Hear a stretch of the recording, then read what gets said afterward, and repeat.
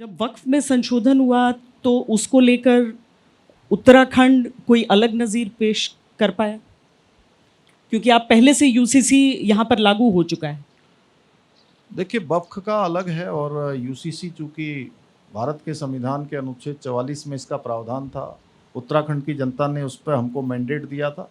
लेकिन वक्फ का जो संशोधन का कानून प्रधानमंत्री मोदी जी के नेतृत्व में लाया गया है, निश्चित रूप से प्रधानमंत्री जी का अभिनंदन करना चाहिए। केवल उन लोगों ने नहीं कि जो कह रहे हैं कि वक्फ गलत है, लेकिन जिन लोगों के लिए ये वक्फ बनाया गया था या जिन तथाकथित लोगों के लिए कि उनको फ़ायदा होगा, किसी को फ़ायदा नहीं हुआ। हाँ, ये कुछ मौलवियों को फ़ायदा हो सकता है, कुछ कटमुल्लाओं को फ़ायदा हो सकता है, लेकिन जो गरीब तबके के मुस्लिम हैं, उनकी बेहतरी के लिए कभी भी वक्फ में काम नहीं हुआ। और ये काला कानून पंडित जवाहरलाल नेहरू जी के समय में लाया गया था। उसमें इंदिरा गांधी जी ने, राजीव गांधी जी ने और सोनिया गांधी जी के नेतृत्व में चलने वाली जो सरकार थी, जो रिमोट से सोनिया जी जिस सरकार को चलाती थी, उसमें ऐसे ऐसे संशोधन कर दिए कि 18 लाख एकड़ ज़मीन उस समय तक थी 2013 तक, और अब ये 24 आते आते वो ज़मीन जो है लगभग 38 लाख एकड़ हो गई। आप समझिए कि दुगने से भी ज़्यादा की जो है उसमें बढ़ोतरी हो गई।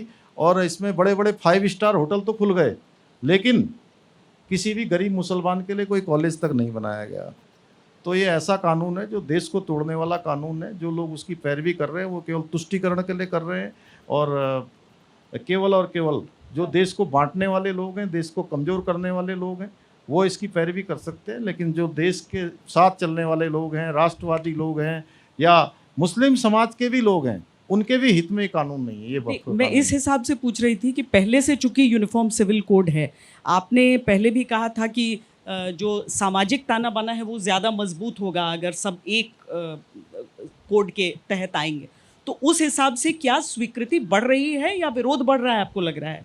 नहीं, स्वीकृति बढ़ रही है। और प्रदेश के अंदर मुस्लिम बहनों ने अनेक जगह पर ये यूसीसी लागू होने के बाद उन्होंने हमारा धन्यवाद किया है, हमारी सरकार का धन्यवाद किया है, प्रधानमंत्री जी का धन्यवाद किया है कि उनके यहाँ समाज में जो अनेक प्रकार की कुरीतियाँ थी, असमानता थी, वो समाप्त हो रही है। हलाला, इद्दत, ऐसी जो बहुविवाह प्रथा थी, वो सब पर उस पर रोक लग रही है। और न्यायालयों में भी जो मामले बहुत लंबे समय से विचाराधीन थे, उस पर निर्णय पर भी आसानी हो रही है। ये जो मदरसों के विरुद्ध आपकी कार्रवाई चल रही है, लगभग 180 26 अप्रैल तक 180।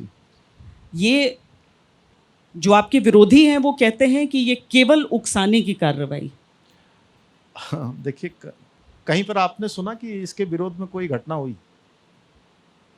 सरकार है, हो सकता है विरोध ना कर पा रहे हैं वो लोग। नहीं, अब आप देखिए, आप तो इतनी हमारी सुप्रसिद्ध पूरे भारत में नहीं दुनिया में लोग आपको जानते हैं और आपके पास सब न्यूज़ पहुंचती होंगी। एक जगह से भी कहीं पर आया?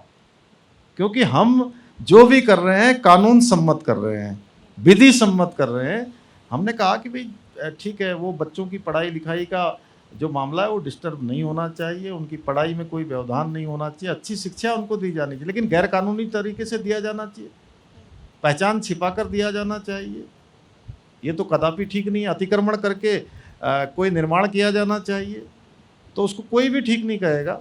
और हमने जो है किसी को टारगेट करके, किसी कारण से या किसी को उकसाने के कारण से, ये बिल्कुल नहीं किया हुआ है।